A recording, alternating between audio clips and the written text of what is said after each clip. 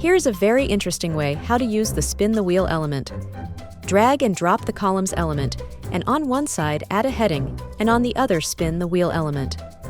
This fortune wheel has a maximum of 2 spins, 1 lose and 1 win.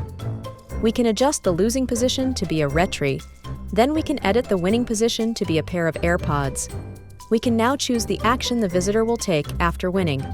This can either be to go to a URL, element, or a pop-up. In this case, we will redirect the visitor to a pop-up. Let's customize the pop-up image and headline.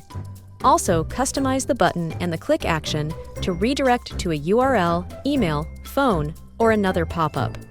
I am choosing to go to the LanderLab's homepage. Here's a little preview on how it works.